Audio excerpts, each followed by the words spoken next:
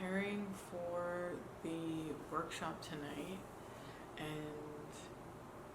I put together a few different versions of a handout with major themes of abundance where people might commonly need reinforcement. So I have emotional, health, financial, spiritual, resilience, and this one's a little bit off, but on its sales. So that one's financial, but I know that somebody that is coming to the workshop would benefit from seeing that, and I know they'll pick that one up. So I added that in there.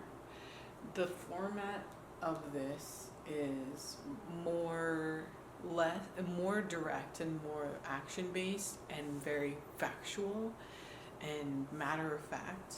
And I think sometimes when I'm saying like, hey, creative writing, explore abundance, but what I've been noticing within myself is that there's so many things that are deeply triggering that to visualize abundance, there's such a deep block that you can't really see abundance possibilities or like be in the energy of actually living in abundance.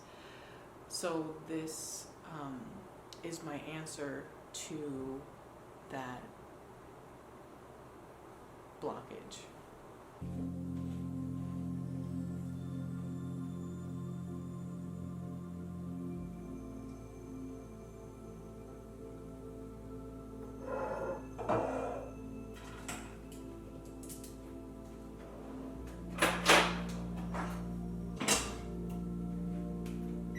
Before, how hard it is for him to meditate.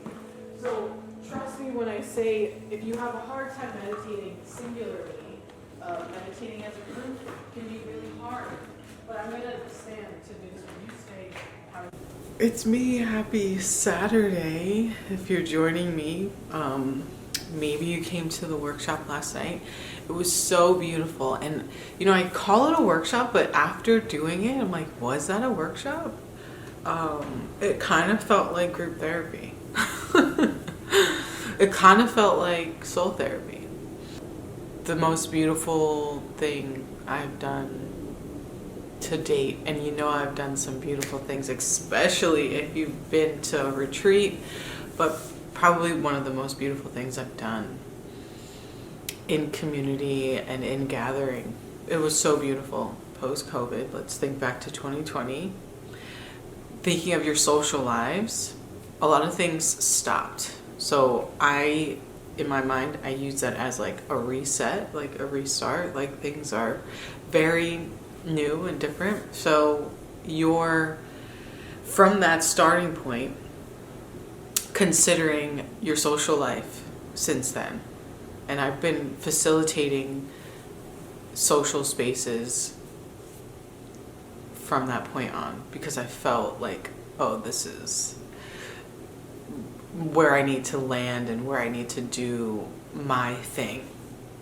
A lot of the people that are coming into the services that I'm providing are interested in moving their body, like interested in physical well-being, and wherever they come in, like maybe it's through the running, maybe it's through yoga, maybe it's through a friend, maybe it's through drinking coffee, maybe it's through social media and just like seeing posts and like liking the creative direction. So, or other sources, there's plenty of ways that people can come in. But when we have all of that movement inward, the group of people might know each other, but they don't know each other. There's no avenue, no direction of conversation that allows it to be super emotional, like it's super truthful and super honest and deep. Like to get to a deep space and deep conversation requires a tremendous amount of vulnerability, and I am working on vulnerability in my own practice, and vulnerability is an action piece to my highest intention. So being able to connect people and say, hey, I'm working on my vulnerability. Let's all come together and connect, and you can then decide, oh, this is what I'm working on for 2025, and then I will encourage vulnerability in ways that feel safe and feel less abrupt and more